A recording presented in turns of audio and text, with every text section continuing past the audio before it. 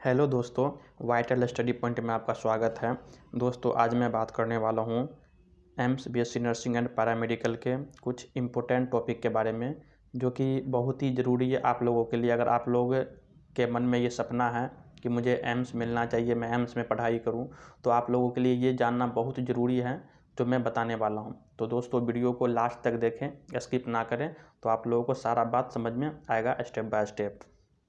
दोस्तों, मैं आपको बताने वाला हूँ कि अगर आप लोग किसी भी कैटेगरी से हैं, तो अगर कोई जनरल कैटेगरी होता है, कोई SC ST OBC है, तो उसके लिए कुछ रूल्स बनाया गया है, जो कि उसमें जो सीट है सब कॉलेज मिला के, तो कुछ सीट को कुछ कैटेगरी के लिए रिजर्व किया जाता है।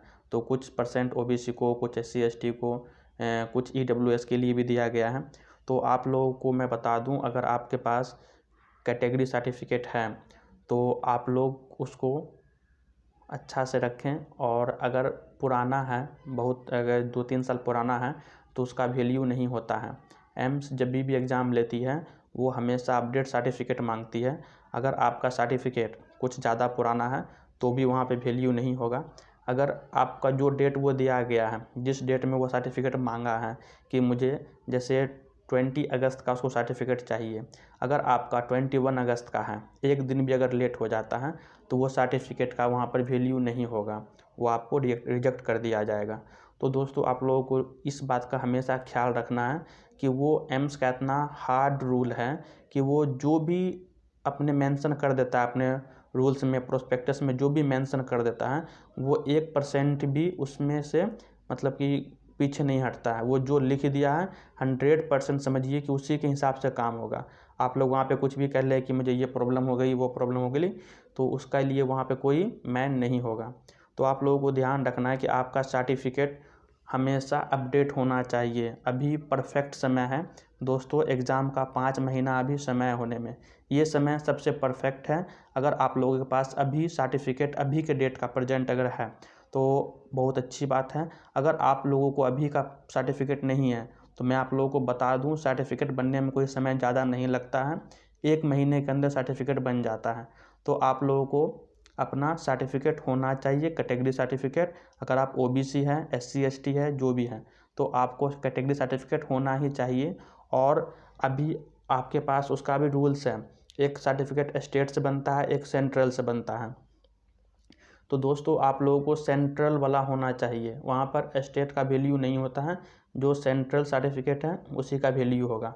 तो आप लोगों को सेंट्रल का होना चाहिए। तो सेंट्रल में भी जो 3 स्टेप में होता है, तो आप लोगों को ध्यान रखना, ध्यान रखना है कि उस पर DM का साइन और डेट उस पर होना ही चाहिए। अगर किसी के पास सेंट्रल का ब्लॉक से बना कर रख लिए हो, सोच रहे हो कि मेरा कंप्लीट है, तो वो वहाँ पे नहीं होगा, वहाँ पे DM का साइन होना ही चाहिए उस सर्टिफिकेट पे।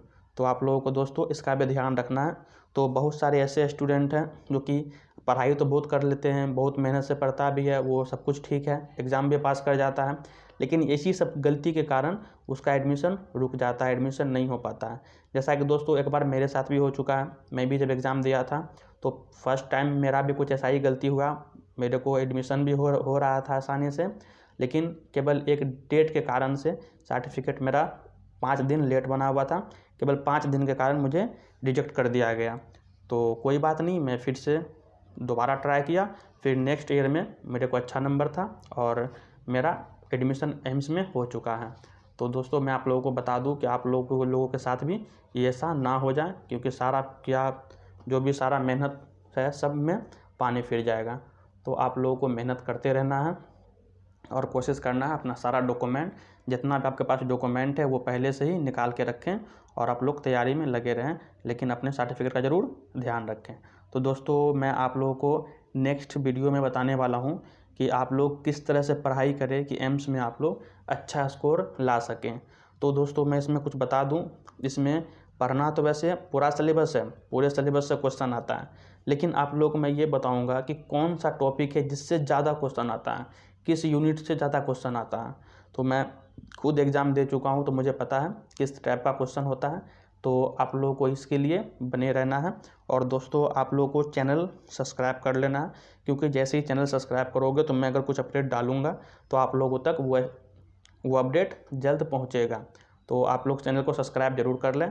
और दोस्तों, अगर आप लोग लाइक करते हो मुझे भी एनर्जी मिलती है, मैं आप लोग के लिए वर्क कर पाता हूँ, मेहनत कर पाता हूँ। तो दोस्तों, वीडियो को लाइक ज़रूर करें। और पढ़ाई में जो भी फिजिक्स, केमिस्ट्री, बायोलॉजी है, तीनों से क्वेश्चन आती है। उसमें 2 कैटेगरी है। अगर आप बीएससी पैरामेडिकल का एग्ज़ाम देना चाह रहे हैं तो उसमें फिजिक्स, केमिस्ट्री, बायोलॉजी आएगी, 11-12 सिलेबस होगा। और अगर बीएससी नर्सिंग देना चाह रहे हैं तो उसमें फिजिक्स, केमिस्ट्री, बायोलॉजी और 10 क्वेश्चन जीके जीएस से भी होता है। उसका भी सेम सिलेबस है 11-12। अगर आपका 11-12 कंप्लीट पढ़ लेते हैं तो आसानी से एग्ज़ाम क्वालिफाई हो जाएगा और एडमिशन भी हो जाएगा। तो आप लोगों को इसका ख्याल रखना है।